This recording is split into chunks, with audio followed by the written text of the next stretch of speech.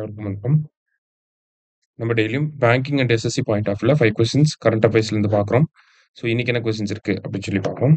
First one, special intensive revision of electoral rolls is being done by election commission in which state அப்படின்னு சொல்லி கேட்டிருக்காங்க.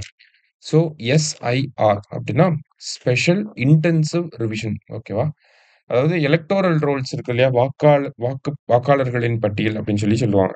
So அதை வந்து revise பண்றாங்க, new updations எல்லாம் கொண்டு வராங்க, சரியா? ஸோ இது வரைக்கும் இந்தியன் இண்டிபெண்டன்ஸ்க்கு அப்புறமா இந்த ஸ்பெஷல் இன்டென்சிவ் ரிவிஷன் அப்படிங்கிறது ஒரு 9 டைம்ஸ் வந்து பண்ணியிருக்காங்க. இப்போ பீகார்ல பண்ண ஆரம்பிச்சிருக்காங்க, சரியா? ஏன்னா இந்த வருஷம் பீகார்ல எலெக்ஷன் வருது.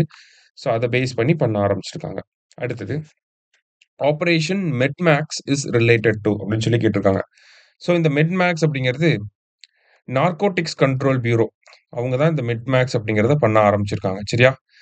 ஸோ எதுக்காக அப்படின்னா, to prevent pharma drug smuggling.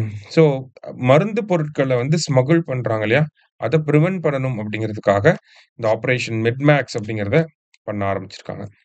அடுத்தது, த first country in the world to recognise Taliban government in Afghanistan is அப்படின்னு சொல்லி கேட்டிருக்காங்க. ஸோ தலிபான் கவர்மெண்ட் எப்போ வந்திருக்கும்னா 2021ல வந்திருக்கும், சரிங்களா? அப்பதான் அமெரிக்கன் ஃபோர்ஸஸ் ஆப்கானிஸ்தான்ல இருந்து வித்ட்ரா பண்ணியிருப்பாங்க.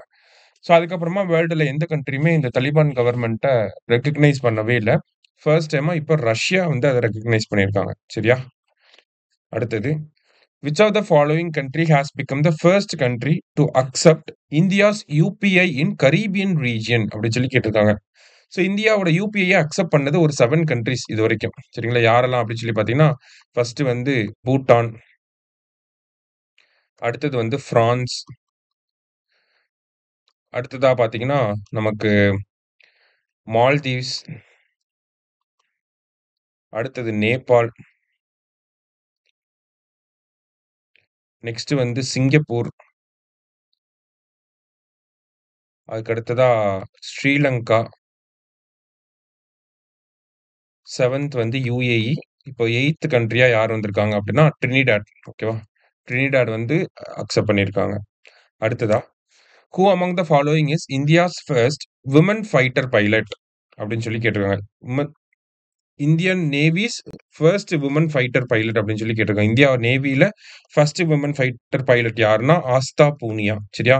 இதுவே இந்தியன் ஏர்ஃபோர்ஸ்ல யாருன்னு கேட்டா அவானி சதுர்வேதி, ஓகேவா? இவங்க ஏர்ஃபோர்ஸ்ல, இவங்க நேவியில, சரியா? ஸோ இன்னைக்கு 5 கொஸ்டின்ஸ் வந்து பார்த்துருக்கோம். தேங்க்யூ.